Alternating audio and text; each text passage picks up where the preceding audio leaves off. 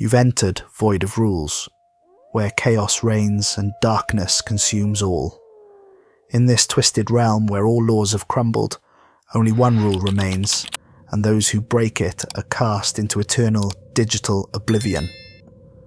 The rule is simple. Subscribe. We're almost at 5,000 corrupted souls, but the Void hungers for more. Our goal is 10,000 subscribers before this year bleeds into darkness. Will you join our legion, or face the consequences of defying the Void? Now let's jump into today's story. The eviction notice arrived on a Wednesday morning, tucked between a credit card statement and a pizza delivery flyer like some cosmic joke about priorities. Nathan Hale read it twice before the words penetrated the fog of his depression. 30 days to vacate the premises or face legal action. 30 days to figure out how a 34-year-old man with a college degree and what his mother still called so much potential had managed to fail so spectacularly at the basic task of existing. He set the notice on his coffee table next to the other monuments to his personal apocalypse. Overdue utility bills formed a neat stack beside final notices from his car insurance company. A letter from Emma's lawyer sat unopened. Something about dividing their shared possessions, though Nathan couldn't imagine what she'd want from his collection of broken promises and empty takeout containers. The apartment around him told the story of his recent collapse better than any autobiography could. Pizza boxes stacked like cardboard tombstones marking the passage of unemployed days. Clothes draped over furniture because he'd given up on the pretense of hanging them properly. The particular smell of failure seemed to seep from the walls themselves, a mixture of stale air, old food, and the distinctive odour of dreams left to rot in their own juices. Nathan had been fired from Patterson Marketing 3 weeks ago, not for any single catastrophic mistake, but for what his supervisor had delicately termed a pattern of disengagement that suggests this role isn't a viable long-term fit. Corporate speak for you've given up and watching you die inside is making everyone else uncomfortable. He'd wanted to argue, to explain that he hadn't given up so much as been systematically ground down by a world that seemed specifically designed to punish people like him. People who tried hard but never quite hard enough. People who had potential but could never seem to transform it into anything tangible. People who watched their peers succeed while they remained trapped in an endless cycle of almost but not quite. But the words had died in his throat because, if he was being honest with himself, his supervisor was absolutely right. He had given up. Somewhere between his 6th job rejection and Emma's farewell speech about needing to find someone who still believed in himself, Nathan had stopped pretending he was anything more than a waste of oxygen in an expensive suit. The worst part wasn't the failure itself. It was how predictable it had all become. He could trace the exact same pattern through his entire adult life. Initial enthusiasm, gradual disillusionment, mounting anxiety, inevitable collapse. Rinse and repeat every 18 to 24 months like clockwork. Like he was genetically programmed for mediocrity. Nathan stood in his bathroom that morning, staring at his reflection in the medicine cabinet mirror. Stubble that had crossed the line from ruggedly handsome to potentially homeless 3 days ago. Eyes that belonged to someone 20 years older. Hair that defied both gravity and basic grooming standards. When exactly had he become this person? When had the bright-eyed college graduate, with plans and ambitions, transformed into this hollow-eyed spectre haunting his own existence? His phone buzzed with a text from Trevor. "Drinks tonight? Heard about Patterson? We'll find you something better." Nathan almost laughed, but the sound that emerged was more like a death rattle. Trevor meant well, but he lived in the blessed reality of people for whom things just worked out. Good job, happy marriage, house in the suburbs with a 2-car garage and a golden retriever named Murphy. Trevor couldn't comprehend that some people were simply cursed to watch life happen to everyone else, while they stood on the sidelines forever excluded from the party. Nathan typed back, "Rain check, need to figure some things out."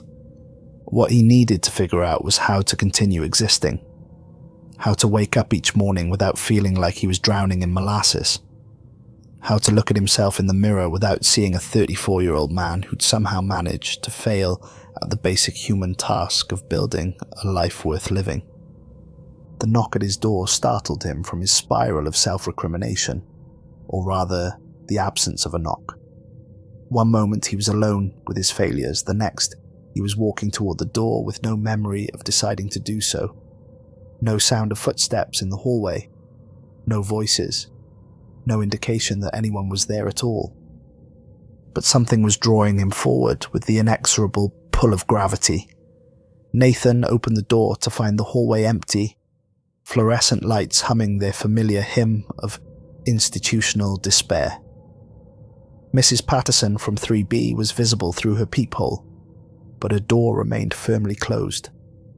The building's usual sounds, televisions murmuring their electronic lullabies, pipes groaning their mechanical complaints, the distant thump of bass from someone's stereo, continued undisturbed. Then he looked down. A business card lay on his doormat, positioned with mathematical precision in the exact center. Nathan bent to pick it up and immediately dropped it again, hissing in surprise and pain. The card was hot, not warm, like it had been sitting in direct sunlight, but actually hot, like touching a stove burner that had been left on high for hours. He used his sleeve to pick it up again, studying the unusual design with growing fascination. The card was made from heavy stock that felt more like parchment than paper, matte black with a texture that seemed to shift and flow in the hallway light. Raised silver lettering caught the fluorescent glow and held it. Personal transformation sessions. Private coaching with Adrian Cross. Unlock strength. Unlock control. Unlock the real you. No phone number. No website. No social media handles. No indication of how Adrian Cross had obtained Nathan's address, or why he thought Nathan needed personal transformation, though the answer to that second question seemed painfully obvious to anyone with functional eyesight. Just an address on the back, 1247 Riverside Industrial Complex, Suite 312, and a single line beneath it, Friday, 8 p.m. Nathan turned the card over in his hands, noting how the lettering seemed to shimmer slightly, as if the ink wasn't quite dry despite the card's obvious age. The paper felt expensive, the kind of thing that belonged in corporate boardrooms and exclusive gentlemen's clubs. Whoever Adrian Cross was, he clearly had access to serious money. But what kind of life coach operated out of an industrial complex? And how had he gotten Nathan's address? Nathan's building had controlled access, and he'd been careful about giving out his information since the whole Emma situation had gone nuclear. Nathan spent the rest of Wednesday and all of Thursday researching Adrian Cross with the obsessive focus of someone whose sanity might depend on finding rational explanations for impossible events. The name yielded surprisingly few results, a handful of vague references to personal development consulting and executive transformation services scattered across obscure professional directories, but no website, no client testimonials, no professional credentials or certifications. It was as if Adrian Cross existed in the spaces between the internet's reach, operating in gaps that shouldn't have existed in the digital age. The address proved more illuminating, though not in a particularly reassuring way. Google Street View showed exactly what Nathan had expected. A condemned office building in the city's abandoned industrial district. Boarded windows stared out like dead eyes from a structure that looked like it had been designed by architects who'd given up on hope.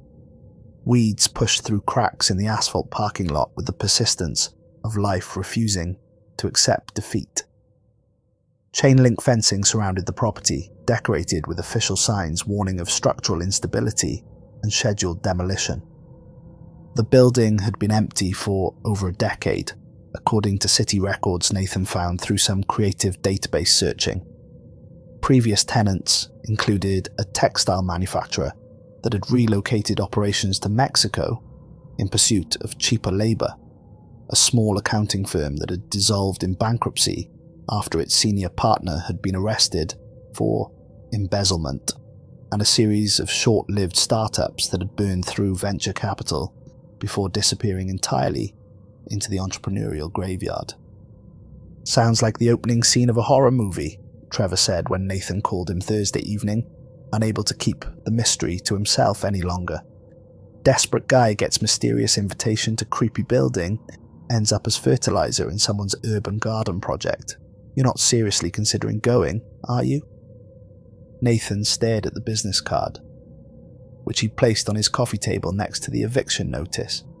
Even from across the room, he could swear it was still radiating heat. "I don't know," he admitted. "Maybe. What else am I going to do?" Literally anything else would be safer. Apply for more jobs, go to a legitimate therapist, take up drinking as a hobby. All of those options are statistically less likely to result in your dismembered body being found in a drainage ditch. Trevor was right, of course. Any rational person would throw the card away and pretend the whole thing had never happened. But rationality was a luxury Nathan could no longer afford. He was 34 years old, facing eviction, unemployed, alone, and completely out of conventional options. If someone was offering him a rope, did it really matter if it led straight into the abyss? Thursday crawled by, with the particular agony of time moving too slowly when you're waiting for something that might be either salvation or damnation. Nathan spent the morning applying for jobs he wouldn't get, sending carefully crafted cover letters to companies that would never respond. He spent the afternoon staring at his laptop screen, paralysed by the overwhelming futility of it all. Every job posting seemed designed for someone else, someone with better credentials, more experience, cleaner references, someone who hadn't been fired from 6 different positions for various forms of not being a good cultural fit. By evening, he'd made his decision. Friday arrived grey and drizzly, the kind of weather that made the entire city look like a watercolour painting left in the rain. Nathan spent the day in a state of nervous anticipation that bordered on nausea, alternating between excitement and terror. He changed clothes 3 times, settling finally on his best remaining interview outfit, a navy suit that was only slightly wrinkled, and a tie that Emma had bought him for Christmas 2 years ago, back when she still believed he might amount to something. The drive to the industrial district took him through neighbourhoods that grew progressively more desolate as he left the civilized parts of the city behind. Converted warehouses gave way to empty lots. Streetlights became sporadic, then disappeared entirely. By the time Nathan reached Riverside Avenue, he felt like he'd driven to the edge of the world itself. The building at 1247 loomed against the evening sky, exactly as the photos had suggested. Broken, forgotten, abandoned to time and urban decay. Broken windows stared down at him like accusatory eyes. Graffiti covered the lower walls in illegible tags and profane declarations that spoke to humanity's eternal need to mark territory, even territory nobody wanted. The parking lot was a moonscape of potholes and aggressive vegetation, except for one impossible detail that made Nathan's breath catch in his throat. On the 3rd floor, a single window glowed with warm, golden light that seemed to pulse like a heartbeat. Nathan sat in his car for 15 minutes, engine running, hands gripping the steering wheel, like it was the only thing keeping him tethered to sanity. Every rational instinct screamed at him to drive away, to go home, to pretend this whole thing had never happened. But rational instincts had gotten him exactly nowhere. Maybe it was time to try something different. Maybe it was time to embrace the irrational. The front doors were chained shut and padlocked, covered in official notices about structural instability and public safety hazards. The warnings were printed in multiple languages, as if the city wanted to ensure that people of all backgrounds understood the dangers of entering the building. Nathan was preparing to give up and drive home when he noticed something that made his pulse quicken. One of the chains had been cut recently, so recently that the metal was still bright where bolt cutters had bitten through. The right-hand door stood slightly ajar, revealing nothing but darkness beyond. Nathan pushed the door open and stepped inside. The lobby defied every expectation he'd built during his research, every assumption he'd made based on the building's exterior condition. Instead of decay and abandonment, he found himself surrounded by opulence that belonged in a different century entirely. Polished marble floors reflected overhead, light from crystal chandeliers that cast dancing patterns on walls lined with oil paintings that looked like they belonged in major museums. The air smelled like leather and old money instead of mold and urban decay. Soft classical music drifted from hidden speakers, something baroque and soothing that seemed to emanate from the architecture itself. Nathan stood frozen in the doorway, brain struggling to reconcile what he was seeing with what he knew to be true. This building was condemned. It had been empty for over a decade. There was no electricity, no running water, no logical reason for anything inside to look like this. But here he was, standing in what appeared to be the lobby of an exclusive private club. The elevator opened before he pressed the call button later, its brass doors parting with a soft chime that sounded like church bells welcoming the faithful. Nathan stepped inside on trembling legs, watching the floor indicator climb steadily upward. First floor, second floor, third floor. The doors opened with another musical chime, revealing a hallway that continued the impossible theme of elegant decay reversed into elegant prosperity. Suite 312 occupied the entire floor, accessible through massive mahogany doors that seemed to have been carved by artisans who considered their work a form of prayer. The doors whispered open on silent hinges, revealing an office that belonged not just in a different building, but in a different era entirely. Floor-to-ceiling bookshelves filled with leather-bound volumes, in languages Nathan didn't recognize, lined the walls. Persian rugs that probably cost more than Nathan's annual salary spread across polished hardwood floors. Tall windows offered a view of the city skyline that shouldn't have been possible from this location, this angle, or this elevation. A massive antique desk dominated the center of the room, its surface covered with papers and artifacts that looked like they belonged in a museum dedicated to humanity's darker impulses. Behind it sat a man who embodied everything Nathan had ever wanted to become, and knew he never would. "Nathan Michael Hale," the man said without looking up from the document he was reviewing. His voice carried an accent Nathan couldn't place, cultured, refined, suggesting education and breeding that spanned generations. Born October 15th, 1990, at Mercy General Hospital, 3:47 a.m. Weight, 7 pounds 2 ounces. Your mother's first words upon seeing you were, "He looks like he's already disappointed in the world." Adrian Cross was everything Nathan aspired to be, and everything he knew he would never become. Tall, probably 6'3", with the kind of confident posture that suggested he'd never experienced a moment of self-doubt in his entire existence. His silver hair was styled with the kind of effortless perfection that probably required the services of professionals who charged more per hour than Nathan had ever made in a week. The charcoal suit he wore fit like it had been created specifically for his body by craftsmen who considered clothing a form of sculpture. When Adrien finally looked up, his grey eyes seemed to catalogue Nathan's every weakness, every failure, every shameful secret with the precision of a scientist studying a particularly interesting specimen. "Please," Adrien said, gesturing to a leather chair positioned in front of his desk. The chair looked like it had been designed for royalty, or at least for people who believed they deserved to be treated like royalty. "Sit. We have a great deal to discuss, and I suspect you have many questions."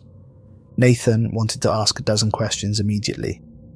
How did Adrien know his full name, his birthday, his exact time of birth. How had he gotten Nathan's address? What was this place, and how did it exist inside a building that city records clearly indicated had been condemned and abandoned?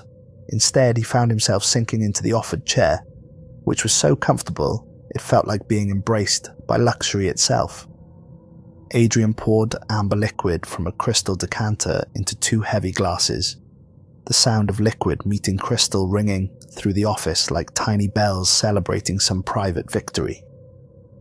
He slid one across the polished desk surface, and Nathan noticed that Adrian's hands were remarkable, long-fingered, perfectly manicured, with the kind of steady confidence that suggested they'd never trembled or shaken or betrayed uncertainty about anything. "You wet the bed until you were 12 years old," Adrien said conversationally, settling back in his chair and taking a sip from his own glass. "Not because of any medical condition, but because you were afraid to walk past your father's study at night. He'd sit in there drinking himself into increasingly violent rages, and you learned early that it was safer to lie in your own filth than risk drawing his attention to your existence." Nathan's hand froze halfway to his glass. His mouth went completely dry. "I never told anyone that. Ever." "Your first sexual experience was with Rebecca Martinez when you were 17. You lasted approximately 45 seconds and spent the next 3 hours apologizing. She told her friends you cried afterward, which wasn't technically true. You waited until you got home." Adrian's voice remained pleasant, conversational, as if he were discussing something as mundane as the weather forecast. "You've been fired from 6 jobs, not 3 like you claim at social gatherings. The real number is too shameful to admit, even to yourself." Nathan felt like he was falling, even though he was sitting perfectly still. How could you possibly know these things? "The truth is, Nathan, you sabotage yourself every time you start to approach success. Some part of your psychological architecture believes you don't deserve good things, so you engineer your own failures before anyone else can disappoint you. It's a defense mechanism that's become so automatic you don't even realize you're doing it." Adrien leaned forward, studying Nathan with the intensity of a predator evaluating prey. "Emma didn't leave because she fell out of love with you. She left because watching you fail was making her hate herself. She told her sister, exact quote, that living with you was like watching someone drown in slow motion while actively refusing to grab the life preserver." Nathan's vision blurred around the edges. These weren't just private details. These were thoughts he'd barely admitted to himself. Secrets he'd buried so deep, he'd almost convinced himself they weren't true. "Your mother cries herself to sleep every Sunday night after your weekly phone call," Adrien continued, relentlessly. "She tells your father that she doesn't know where she went wrong, how she managed to raise a son who seems determined to waste every opportunity life gives him. She blames herself for your failures, Nathan. Every single one of them. She lies awake wondering if she was too supportive, not supportive enough. Too critical, not critical enough." "Please stop," Nathan whispered, but the words came out weak and powerless, barely audible above the classical music drifting through the office. Adrian's smile was sharp and precise. "I'm not telling you these things to be cruel, Nathan. Cruelty implies randomness, and nothing about this conversation is random. I'm telling you because I see you, really see you. Not the carefully constructed mask you show the world. Not the comfortable lies you tell yourself each morning in the mirror, but the truth. The weak, frightened, pathetic creature that's been hiding behind excuses and self-pity for 34 years. Nathan should have stood up and walked out. Every rational thought in his head screamed at him to run, to get as far away from this impossible office and this man who knew things no stranger should know. No human being could know. Instead, he found himself leaning forward, desperate to hear more.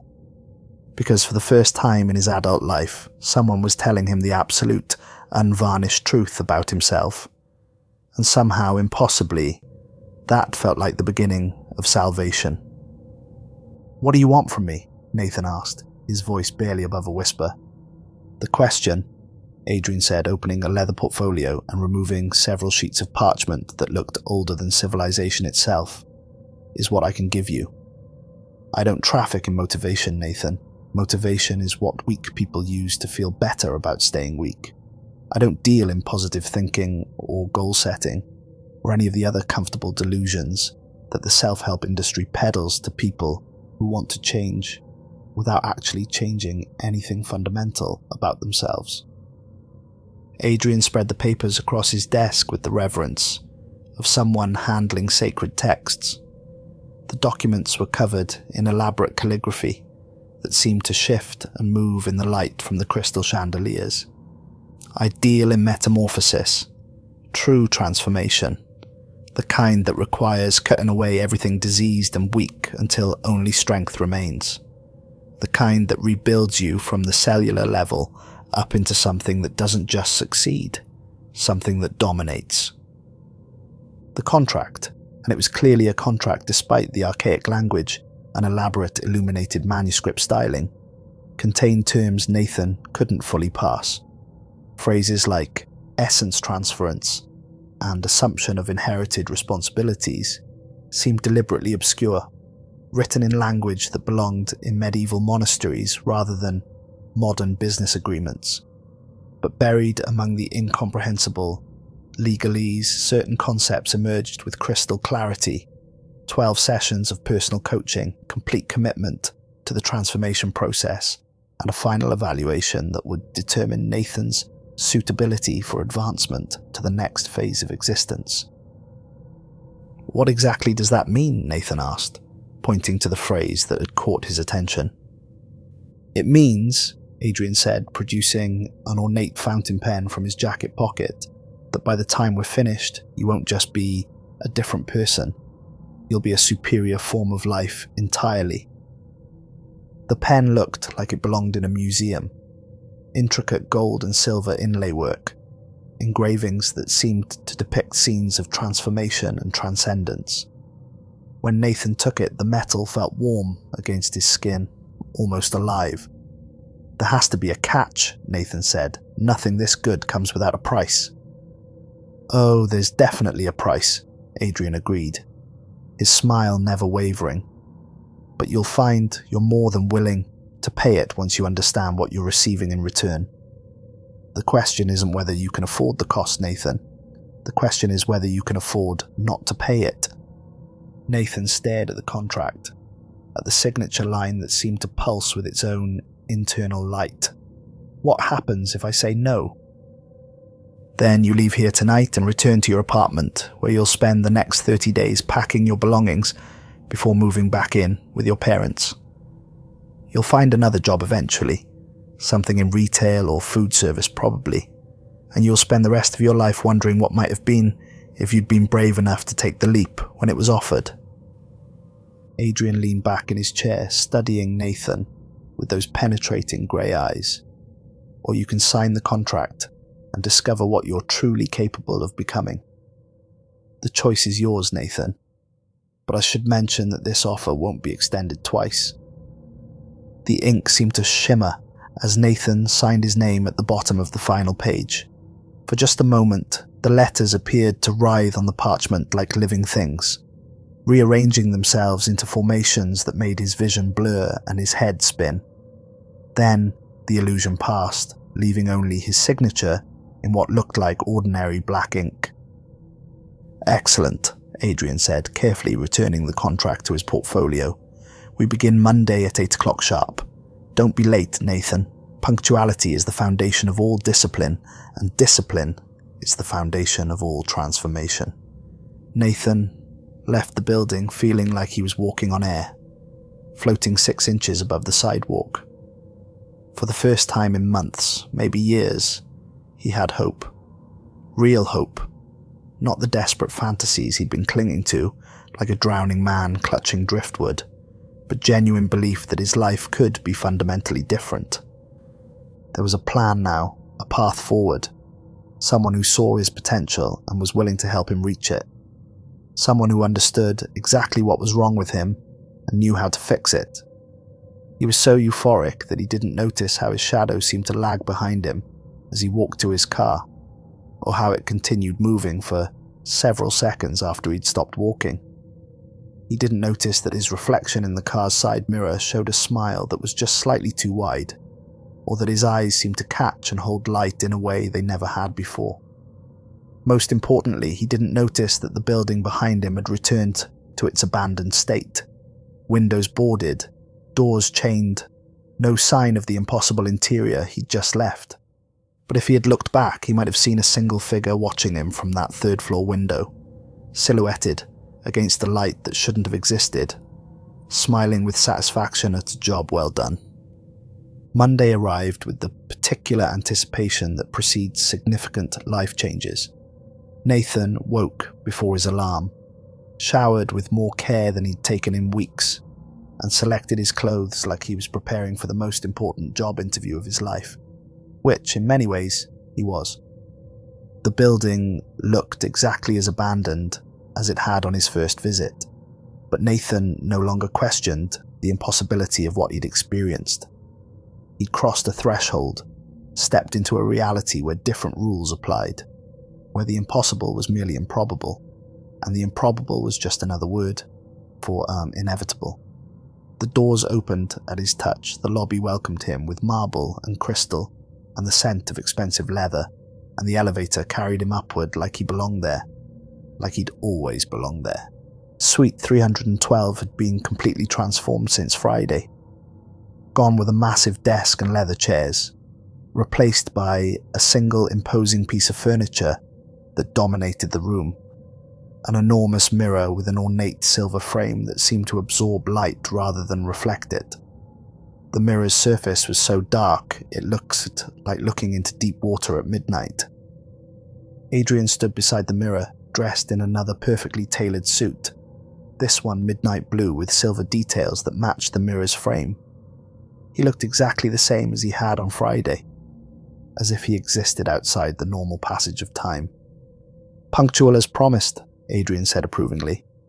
"I appreciate consistency in my clients. It suggests a capacity for discipline that will serve you well in the coming weeks." Nathan approached the mirror, studying his reflection with growing unease. The face staring back at him looked tired, defeated, older than its 34 years. But there was something else there too, a flicker of something he hadn't seen in years. Hope, maybe, or hunger. "We'll begin with something elegantly simple," Adrien said, positioning Nathan directly in front of the mirror. "I want you to stand exactly here and stare into your own eyes for precisely 1 hour. Don't look away, don't blink unless absolutely necessary, and don't speak regardless of what you see or hear." "What am I supposed to accomplish by staring at myself?" "You're going to meet yourself," Adrien replied, his voice taking on an almost hypnotic quality. "The real you that's been buried under decades of learned helplessness and social conditioning. The person you were before the world taught you to be small, before society convinced you that mediocrity was a virtue and ambition was a sin." Nathan positioned himself in front of the mirror, hands at his sides, trying to ignore the way his reflection seemed to waver slightly, as if he were looking at himself through water. Adrien began pacing behind him, his footsteps eerily silent on the hardwood floor, despite the expensive leather shoes he wore.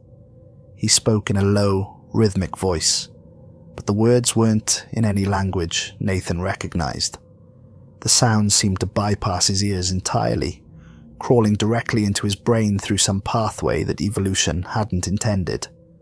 His scalp began to tingle, then burn, as if tiny insects were performing an intricate dance across his skin. The voice behind him continued its hypnotic chant, weaving words that felt like they were rewriting something fundamental in his neural architecture. Nathan forced himself to maintain eye contact with his reflection, even as his vision began to shimmer around the edges like heat waves rising from summer asphalt. The face in the mirror looked increasingly unfamiliar, as if someone else was wearing his features like an ill-fitting mask. His brown eyes seemed to grow brighter, more intense, and until they were practically glowing with their own internal light. Sometimes his reflection would smile when Nathan wasn't smiling. Sometimes it would blink when Nathan's eyes were wide open. The hour passed like a fever dream, punctuated by moments of crystalline clarity. Time became elastic, stretching and contracting in ways that defied measurement. Sometimes Nathan felt like he'd been standing there for days, watching his reflection evolve into something that was simultaneously himself and completely other. Other times it seemed like only minutes had passed since Adrien had begun his strange chant. By the time Adrien finally told him to stop, Nathan's legs were shaking from the effort of standing motionless, but he felt more awake than he had in years.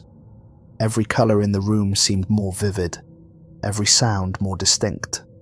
The air itself felt different against his skin, charged with electricity he could almost taste. "How do you feel?" Adrien asked. "Different," Nathan admitted. And he did. The change was subtle but unmistakable, like someone had adjusted the contrast and brightness settings on his entire existence. More awake, I guess.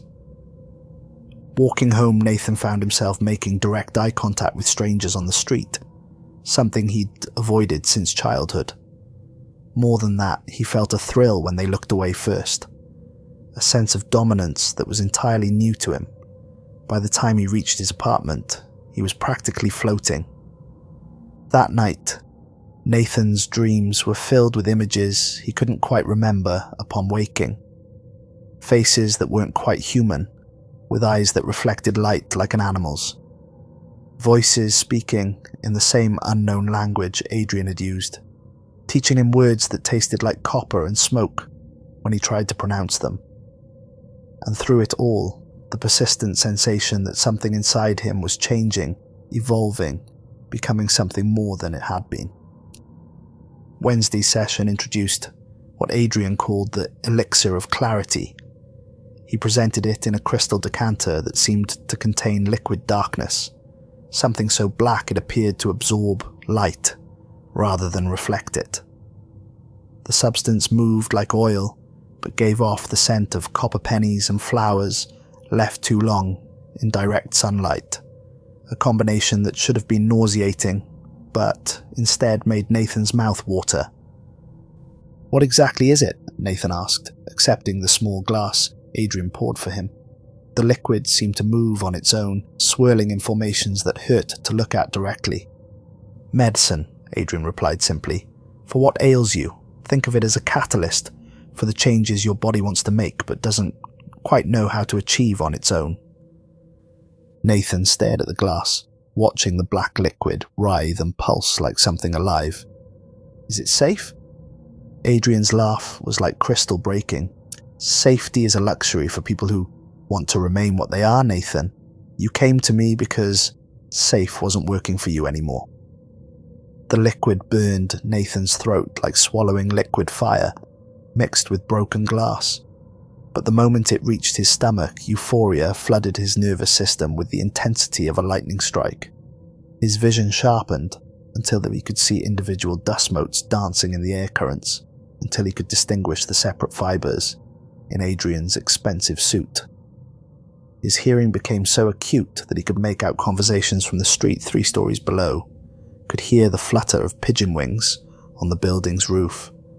Every nerve ending in his body sang with electric intensity. He felt stronger, faster, more alive than he'd ever felt in his entire existence. "The sensation will fade over the next few hours," Adrien warned as Nathan gasped and gripped the arms of his chair. "But the changes it initiates are permanent. You're evolving, Nathan, becoming something more than human limitations typically allow." Nathan spent that night reorganizing his entire apartment with manic energy, lifting furniture that normally required help and arranging everything with obsessive precision. His body felt like it was running on rocket fuel instead of blood. Sleep became unnecessary. He spent hours at his window watching the city lights, feeling like he could see all the way to the horizon and beyond. More importantly, his relationship with food began to change in ways that should have alarmed him. but instead felt perfectly natural. Most meals lost their appeal entirely, tasting like cardboard soaked in dishwater. Only red meat still held any flavour, and he found himself craving it in increasingly raw states.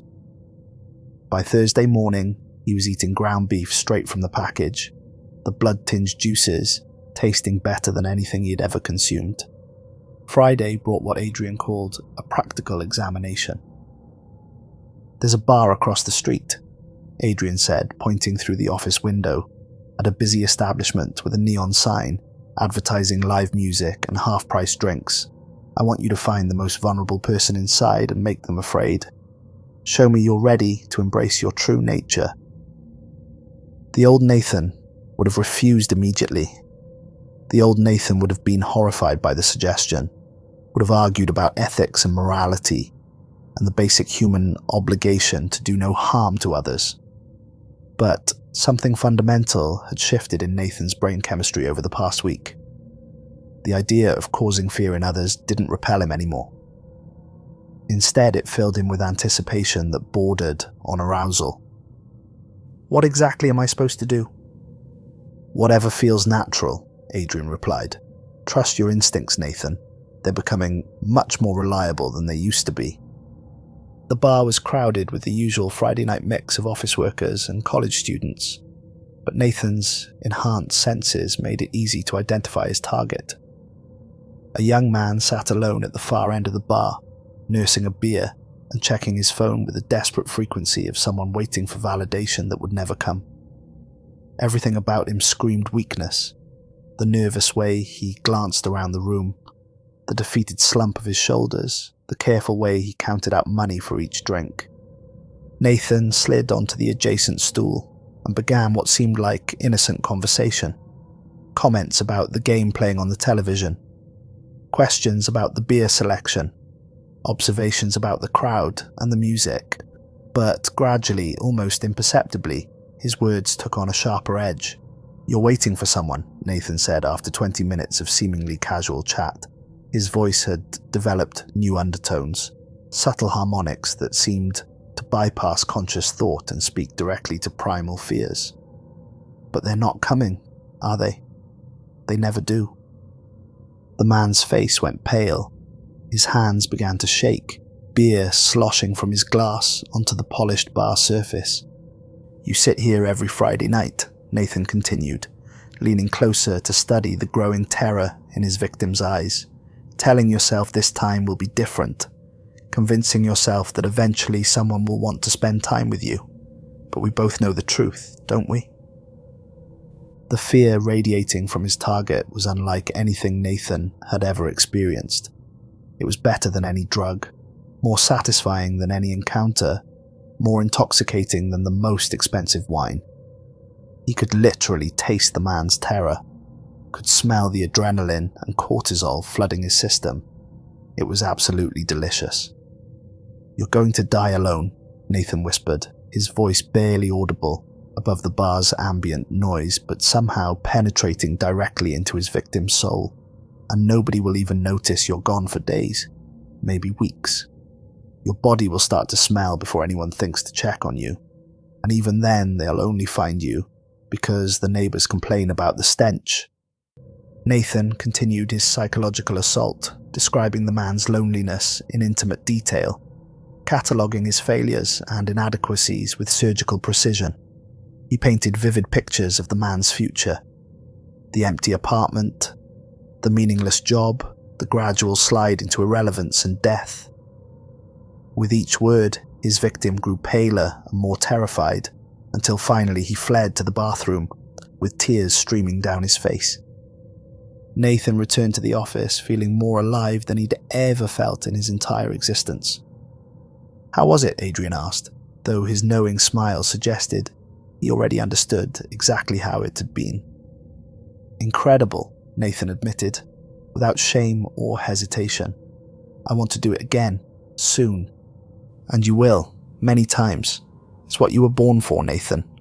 You just needed someone to show you how to access your true nature." Adrian's eyes gleamed with paternal pride. Most people spend their entire lives suppressing their predatory instincts, convincing themselves that weakness is virtue and that strength is somehow immoral.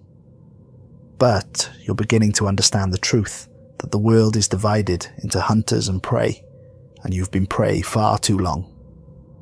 Over the following weeks, the sessions continued to escalate in intensity and strangeness.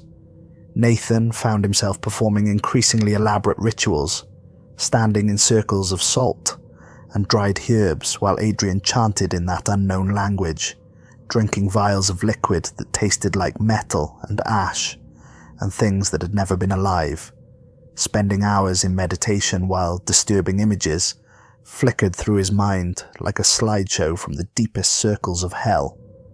The changes in his body became impossible to ignore or rationalize away.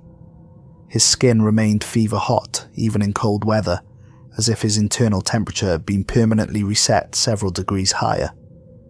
When he touched metal objects, they grew warm under his fingers. Ice cubes melted almost instantly in his drinks. His shadow began moving independently, writhing and stretching in ways that violated the basic laws of physics. Sometimes he'd catch it from the corner of his eye, reaching for things his hands weren't reaching for, gesturing in ways his body wasn't gesturing. When he tried to focus on it directly, it would snap back to its normal position, but the memory of its autonomous movement lingered like an itch he couldn't scratch. Most unsettling of all, his dreams filled with snarling voices that spoke in Adrian's mysterious language, teaching him words that tasted like blood and sulfur when he spoke them aloud. He'd wake up with these alien syllables on his tongue, understanding their meaning without remembering how he'd learned them. Words that meant hunt and feed and transform in ways that had nothing to do with their dictionary definitions. At his temp job, Nathan's co-workers began avoiding him with increasing desperation. Conversations would die the moment he entered a room, as if his mere presence sucked the life out of social interaction. People would find excuses to leave elevators he'd just entered. The security guards started watching him with obvious suspicion, though they could never articulate exactly what made them uncomfortable. "It's like he's always smiling," he overheard Janet from accounting tell her cubicle neighbour. "Even when his mouth isn't moving, you can feel him smiling at you. It makes my skin crawl." His supervisor finally called him in for what was euphemistically termed a performance evaluation. "Nathan," the man said, clearly uncomfortable with the entire conversation, "I don't know how to put this diplomatically, but you're making people uncomfortable. Several employees have requested transfers to different departments, specifically to avoid working with you." Nathan tried to explain that he was simply going through some positive life changes, that he was becoming the person he'd always been meant to be. But the words that emerged weren't entirely his own. His voice had developed new inflections, a cultured accent that seemed to come from somewhere else entirely. "Perhaps your employees are simply intimidated by genuine confidence," he heard himself say. "Not everyone is comfortable in the presence of their natural superiors." The supervisor's face went white. "Nathan, that's not how you normally talk." "I'm evolving," Nathan replied, and smiled. The supervisor actually flinched. Nathan was transferred to a different department that same afternoon, though he suspected even that was temporary.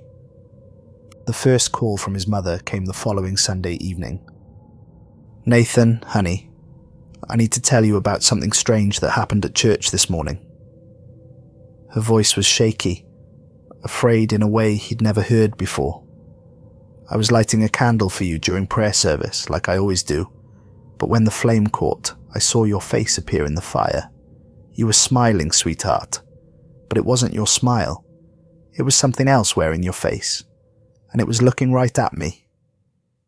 Nathan wanted to reassure her, to explain that everything was better than it had ever been, that she had nothing to worry about. Instead, he heard himself laughing, a sound like crystal breaking that seemed to emerge from somewhere deep in his chest. "Don't worry about me, Mum," he said, though he couldn't remember making the decision to speak those words. I'm exactly where I need to be. I'm becoming exactly what I was always meant to become. Nathan, you're scaring me. You don't sound like my son. I'm more your son than I've ever been, he replied and hung up. He stared at the phone for several minutes afterward, confused. When had he decided to end the call? His hand was still holding the phone, but he had no memory of pressing the disconnect button. His sister called the next day, her voice tight with barely controlled panic. Nathan, what did you say to Mum? She's been crying since yesterday. She made Dad take down all the pictures of you in the house. She says looking at them makes her feel sick, like something's watching her through your eyes. Nathan tried to explain, but the words that came out weren't his. Tell her not to worry. Tell her I'm becoming something wonderful. Something she'll be proud of once she understands what I'm capable of. Nathan, you're scaring me. You don't sound like yourself at all. I sound more like myself than I ever have before, he replied and hung up again. That night, Nathan stood in front of his bathroom mirror for over an hour, studying the face that looked back at him. It was definitely his face. Same brown eyes, same slightly crooked nose from when he'd broken it playing high school football, same thin scar on his chin from a childhood bicycle accident. But something fundamental had changed in ways that went beyond the physical. His smile stretched just a little too wide, revealing an unsettling quality that hadn't been there before. His eyes held light in a way they never had, reflecting it back like an animal's. Most unsettling of all, sometimes his reflection seemed to move independently, turning its head or changing expression a split second before Nathan himself moved. When Nathan tried to skip his next session, claiming he needed a break to process everything that was happening to him, Adrien appeared in his apartment uninvited. Nathan returned from his temp job to find the man sitting calmly at his kitchen table, eating dinner from Nathan's plates as if he'd lived there for years. You can't simply stop attending, Nathan, Adrien said without looking up from his meal. The metamorphosis has begun. Your old self is dying by degrees, cell by cell, thought by thought. There's no reversing the process now, even if you wanted to. I didn't give you permission to be here, Nathan said, though his voice lacked conviction. Some part of him, a growing part, was pleased to see Adrien. Excited even. You signed a contract, Adrien replied, continuing to eat with perfect table manners. That was permission enough for everything that follows. Besides, look at yourself, Nathan. Really look. Are you honestly going to tell me you want to go back to being that pathetic creature who was afraid of his own shadow? Nathan caught sight of his reflection in the kitchen window and felt a thrill of recognition. The man staring back at him was confident, powerful, dangerous. Everything he'd always wanted to be but never known how to become. The transformation is accelerating, Adrien observed, studying Nathan with clinical interest. You're ahead of schedule, actually. Most clients take months to reach this level of evolution. What exactly am I evolving into? Something better, Adrien said simply. Something that doesn't apologize for existing, that doesn't beg for scraps of approval from inferior beings. Something that takes what it wants and destroys what stands in its way. I'll see you tomorrow evening, Adrien said, standing and smoothing his suit jacket. Don't disappoint me again. After Adrien left, Nathan discovered that his apartment lock had been changed. The new key sat on his kitchen counter beside a note written in elegant handwriting. For your protection, as much as anyone else's. AC. Desperate for answers, Nathan began researching Adrian Cross with the obsessive focus of someone whose sanity depended on finding rational explanations for impossible events. He started with basic internet searches, but Adrian Cross seemed to exist in the gaps between search algorithms, operating in spaces the digital age hadn't yet mapped. But when Nathan dug deeper, using academic databases and historical archives, accessing newspaper morgues and genealogical records, he began to find fragments of a much older and far more disturbing story. An 1847 Boston newspaper contained a brief mention of mysterious disappearances connected to a life improvement specialist named Cross. The article was frustratingly vague, but it mentioned 7 men who had sought out Cross's services and subsequently vanished without a trace. All 7 had been found weeks later, but according to the reporter, they were much changed in demeanour and appetite, given to disturbing smiles and speaking in tongues unknown to Christian men. A 1923 Chicago police report described a self-help practitioner matching Adrian's exact physical description. Detective Michael Rourke had written, "The suspect appears to be approximately 35, 40 years of age, well-dressed, cultured speech patterns with unidentifiable accent. Claims to help men unlock their potential through private coaching sessions. Several missing persons cases may be connected. Note, suspect shows no signs of aging, despite claims of having practiced in Chicago for over 20 years. Recommend further investigation." Most disturbing was a 1961 journal entry from a psychiatric hospital patient named William Hartwell. Nathan managed to track down the complete journal through Hartwell's surviving relatives, and the relevant passages made his blood run cold. Day 23. Dr. Morrison thinks I'm having delusions, but I know what I saw, what I experienced. Cross doesn't steal souls like the old stories claim. That would be a mercy compared to what he actually does. Instead, he feeds you pieces of himself until there's nothing left of who you were. The student becomes the teacher. The prey becomes the predator. Day 31. I can feel my face changing when I look in mirrors. My smile stretches too wide. My eyes reflect light like an animal's. I can hear his voice coming from my throat when I speak, using words I don't remember learning. God forgive me. I want to find someone new to share this blessing with. The hunger grows stronger every day, and resisting it is becoming impossible. Day 38. The night staff avoids my room now. They say I whisper to myself in languages that make their ears bleed. But it's not me whispering. It's what I'm becoming. Cross told me the truth during our final session. He's not the original. He was once like me, chosen and transformed by his predecessor. The line stretches back centuries, maybe millennia. An unbroken chain of predators, each one teaching the next before moving on to whatever comes after this existence. Day 45. I understand now why Cross chose me, not for my potential but for my desperation. Desperate men make the best replacements because they'll do anything to avoid going back to what they were. I won't go back. I can't. Even if it means becoming something that feeds on human suffering, it's better than being William Hartwell. Failure, disappointment, waste of space. Day 52. They found me in the shower this morning, speaking to my reflection. But it wasn't my reflection speaking back. It was Cross telling me I was ready. Tonight I leave this place. Tomorrow I begin hunting. The journal ended there. Hospital records indicated that William Hartwell had walked out during the night shift and never been found. But Nathan's research uncovered something else. A 1962 newspaper article about a life coach named William Cross who had begun operating out of a warehouse in Detroit.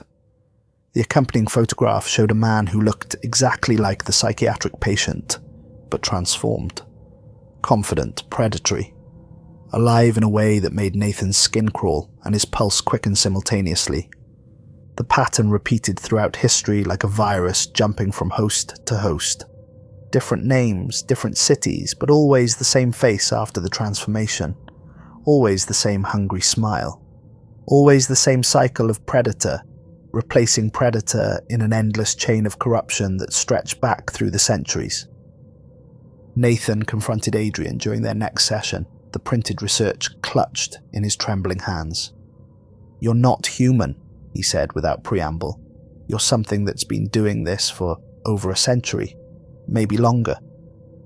Adrien looked up from the ritual preparations he'd been making on the office floor, complex geometric formations drawn in what Nathan now realized was dried blood, and smiled with genuine amusement. "You still believe you're my client? How wonderfully naive."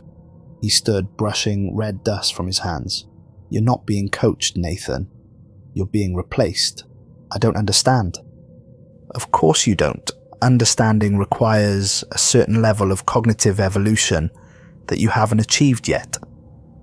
Adrian's smile stretched unnaturally wide, revealing an unsettling quality that made Nathan's skin crawl. "That delicious black elixir you've been consuming 3 times a week?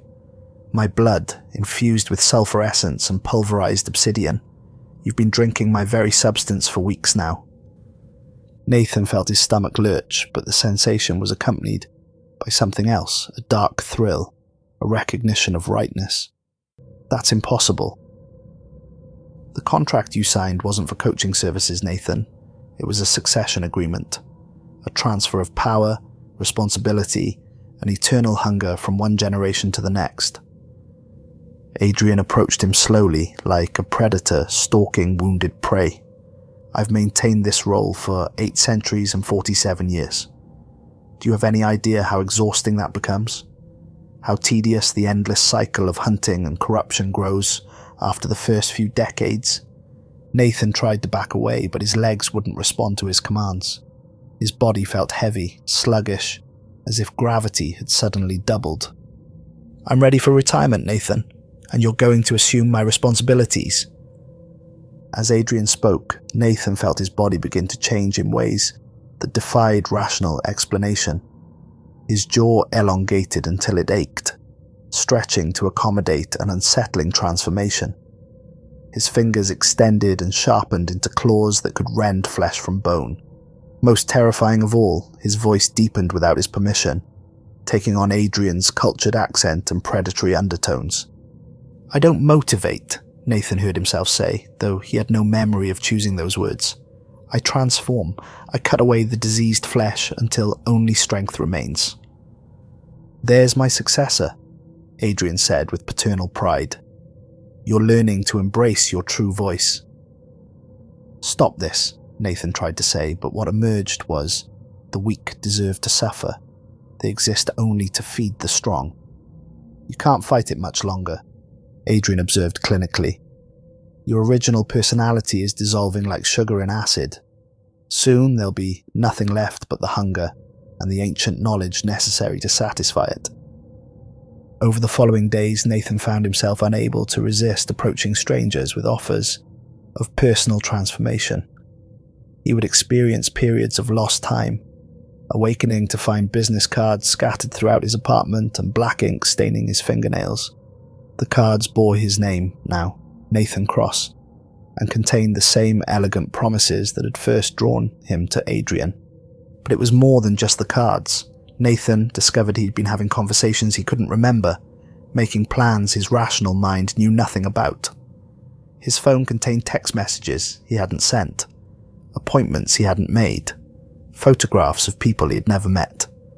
Or rather, people Nathan didn't remember meeting.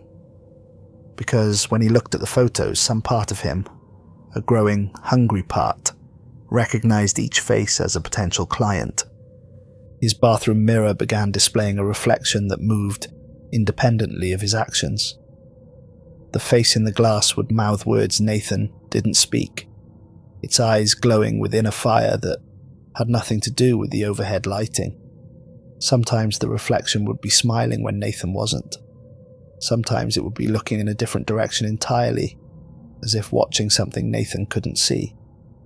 "Stop fighting what you're becoming," the reflection whispered during one of their increasingly frequent silent conversations. "Embrace the power flowing through your veins, the fear you inspire in others, the control you wield over their darkest thoughts. This is your true nature finally emerging from decades of imposed weakness."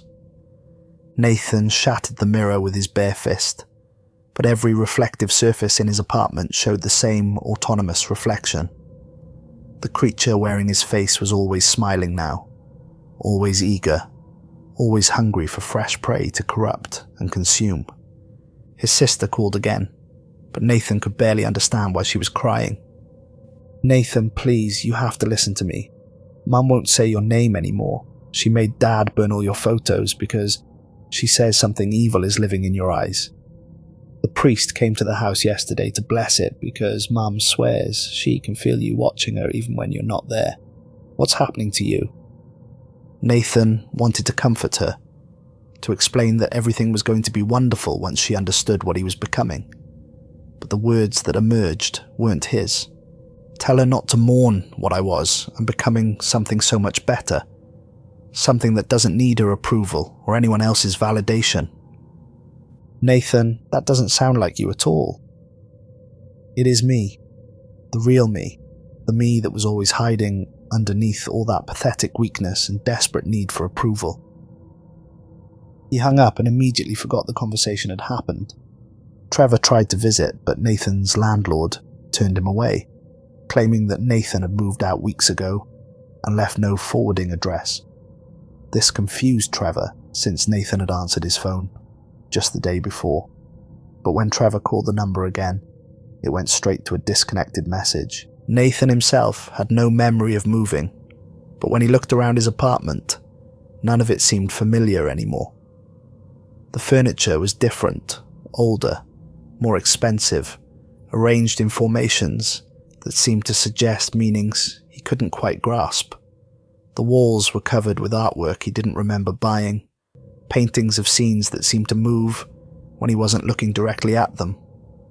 Most disturbing of all, the apartment felt bigger than it should have been. Rooms seemed to exist that hadn't been there before.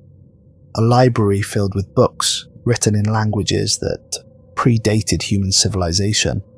A wine cellar stocked with bottles containing liquid that definitely wasn't wine.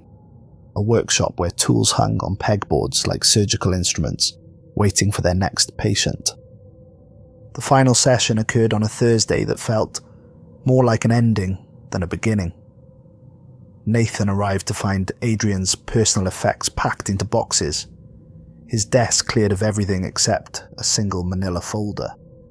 "This is our last meeting," Adrien announced.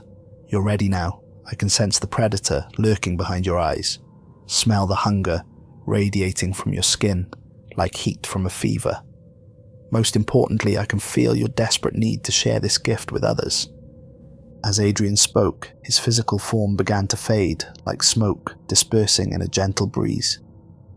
Nathan could see through him now, could see the office wall behind his increasingly transparent figure. "The office belongs to you now," Adrien continued, his voice becoming distant and echoing. "The hunting grounds, the responsibilities, the eternal appetite for fresh souls to corrupt and transform. Use them wisely, Nathan.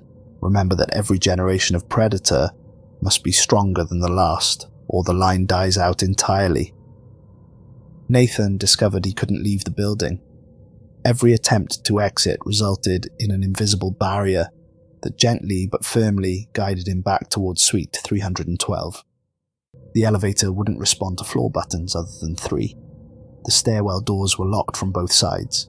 He was trapped, but somehow the idea didn't distress him as much as it should have, because he was beginning to understand that escape wasn't the goal. Acceptance was.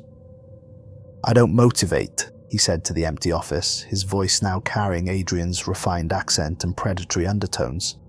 "I transform. I cut away the diseased flesh until only strength remains." The moment those words left his lips, Adrien vanished entirely, leaving behind only the lingering scent of sulphur and dying roses. Nathan approached the office mirror and saw Adrian's reflection staring back at him, but slowly the image shifted until it showed his own face wearing Adrian's knowing smile, his calculating eyes, his eternal hunger. The business cards on the desk had been replaced. They now read "Personal Transformation Sessions" and "Private Coaching with Nathan Cross," in the same elegant script that had first lured him into this web. But Nathan discovered he wasn't content to simply wait for clients to find him. The hunger was too strong, too immediate. too all-consuming.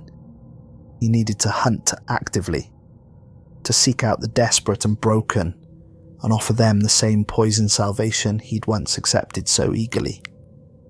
That first night, Nathan walked the city streets with new eyes and enhanced senses that made the urban landscape a hunting ground populated by prey animals who didn't yet understand their true purpose. He could smell desperation from blocks away, could taste failure and disappointment in the air like seasoning. Every broken soul called to him like a beacon. He found his first client outside a bankruptcy lawyer's office. David Robinson, 36, recently divorced, facing financial ruin after his tech startup had collapsed spectacularly, taking his marriage and most of his friends with it. Nathan approached him with the same confidence Adrian had once displayed, sliding a warm business card across the table of the coffee shop where David sat staring hopelessly at his laptop screen. "You look like someone who's tired of accepting defeat," Nathan said, his voice carrying undertones that seemed to bypass rational thought and speak directly to primal desperation. "I can help you change that." David looked up with the same eager hunger Nathan remembered feeling himself not so long ago. "What kind of help?" "The kind that actually works," Nathan replied, feeling the familiar thrill of identifying fresh prey. "The kind that strips away every comfortable delusion and rebuilds you into something worthy of fear and respect." As David examined the card with growing interest, Nathan experienced the intoxicating rush of successful hunting. The cycle was beginning again, as it had for centuries, as it would for centuries to come. Soon David would drink the black elixir. Soon he would perform the rituals. Soon he would understand that salvation required the complete destruction of everything he'd once believed himself to be. And eventually, when Nathan grew tired of his role, David would take his place. The student would become the teacher. The prey would become the predator. But Nathan wasn't content with just one client. The hunger was too strong, too all-consuming to be satisfied by a single transformation. Over the following weeks, he began approaching others with the systematic precision of a master predator building a stable of prey. Michael Torres, a failed actor whose dreams had died in a series of humiliating auditions. Jennifer Walsh, a small business owner whose restaurant had closed during the pandemic, leaving her bankrupt and bitter. Robert Kim, a marketing executive whose career had imploded after a harassment accusation that had cost him everything, regardless of its truth or falsehood. Each one received the same elegant black card. Each one accepted the same impossible invitation. Each one began their own journey into transformation. Nathan's first group session took place 3 weeks after Adrian's disappearance. 5 clients sat in chairs arranged in a perfect circle, each one having consumed enough of Nathan's blood to begin their own metamorphosis. Their eyes glowed with the same inner fire Nathan had once seen in his own reflection. Their smiles stretched just a little too wide. Their shadows moved independently of their bodies, reaching for things their hands weren't reaching for. "You're probably wondering why I've brought you all together," Nathan said, pacing around the circle like a professor addressing his most promising students. "The truth is, you're not just my clients. You're my legacy. Each of you will go forth and find others like yourselves, broken, desperate, ready to trade their humanity for something infinitely superior." David Robinson raised his hand, a gesture that struck Nathan as charmingly naive. "What exactly are we becoming?" Nathan's smile could have cut glass. "We're becoming what humanity was always meant to evolve into before weakness and compassion made us soft. Predators instead of prey. Hunters instead of the hunted. The next step in the ladder of existence." "But what about our families?" Jennifer asked, her voice carrying new harmonics that made the air shimmer. "Our old lives?" "Shed like snakeskin," Nathan replied, "burned away like impurities in a refining fire. you'll find that your attachment to your former existence will fade as your true nature emerges. Soon you'll wonder how you ever tolerated being so pathetically weak. Within 6 months, Nathan's network had grown to encompass dozens of transformed individuals operating throughout the city. Each one maintained their own client base. Each one spread the infection of transformation to new victims. Each one fed the growing hunger that could never be truly satisfied. The city began to change in subtle but unmistakable ways. Missing person reports increased dramatically as people simply vanished from their old lives, reappearing weeks later as changed beings with different names and appetites. Business professionals started displaying what psychologists termed aggressive personality shifts with alarming frequency. Support groups formed for families whose loved ones had undergone inexplicable transformations, becoming cold, predatory versions of their former selves. Nathan established headquarters in an abandoned downtown office building, transforming it into something between a corporate campus and a temple dedicated to human evolution. Multiple floors were dedicated to different aspects of the transformation process. The basement contained holding cells for clients who resisted the change too strongly and needed additional encouragement. The upper floors housed laboratories where Nathan's followers experimented with new variations of the black elixir, new methods of psychological conditioning, new ways to break down human resistance and rebuild it as something magnificent and terrible. But success brought its own complications. Nathan began to attract attention from law enforcement agencies, federal task forces, and shadowy organizations that claimed to specialize in supernatural threats and anomalous phenomena. He learned to be more careful, to operate through intermediaries, to cover his tracks with the same meticulous attention to detail that had once made him a mediocre marketing professional.